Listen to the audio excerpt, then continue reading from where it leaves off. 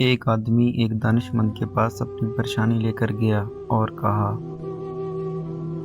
اے دانش مند، میں اپنی بیوی، 6 بچوں، ماں اور ساس کے ساتھ ایک ہی کمرے میں رہتا ہوں، میں کیا کروں؟ دانش مند نے کہا، جاؤ اور ایک گدھا خرید کر اسے اپنے ساتھ کمرے میں رکھو اور 2 دن بعد آنا۔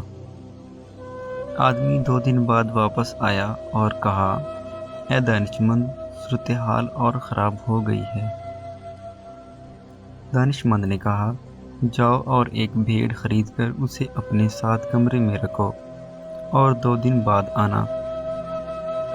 آدمی واپس آیا اور اس کا چہرہ زرد تھا۔ اس نے کہا، صورتحال ناقابل برداشت ہو گئی ہے۔ دانش مند نے کہا، جاؤ اور ایک مرغی خرید کر اسے اپنے ساتھ کمرے میں رکھو اور 2 دن بعد آنا۔ آدمی واپس آیا اور خودکشی کے قریب تھا۔ دانش مند نے کہا، جاؤ اور گدھا بیچ دو اور مجھے بتانا۔ آدمی واپس آیا اور کہا، صورتحال تھوڑی بہتر ہو گئی ہے۔ پھر دانش مند نے کہا، جاؤ اور بھیڑ بیچ دو اور مجھے بتانا۔ آدمی واپس آیا اور کہا، اب سب ٹھیک ہے۔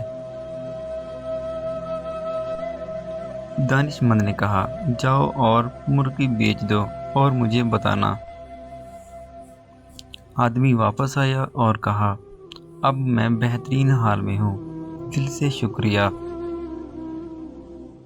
اس طرح دنیا کے سیاسی بحرانوں کو حل کیا جاتا ہے۔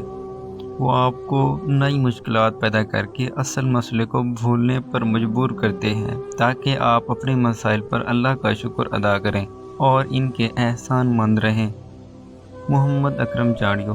اگر میری معلومات جو آپ سے شیئر کرتا ہوں اچھی لگتی ہیں تو مجھے فالو اور لائک بھی کر لیا کریں، اس سے حوصلہ افزائی ہوتی ہے۔ میرے لیے دعا بھی کیا کریں۔ اللہ تعالیٰ تمام مسلمانوں کو راہ راست پر چلائے اور عالم اسلام کی خیر عطا فرمائے، آمین۔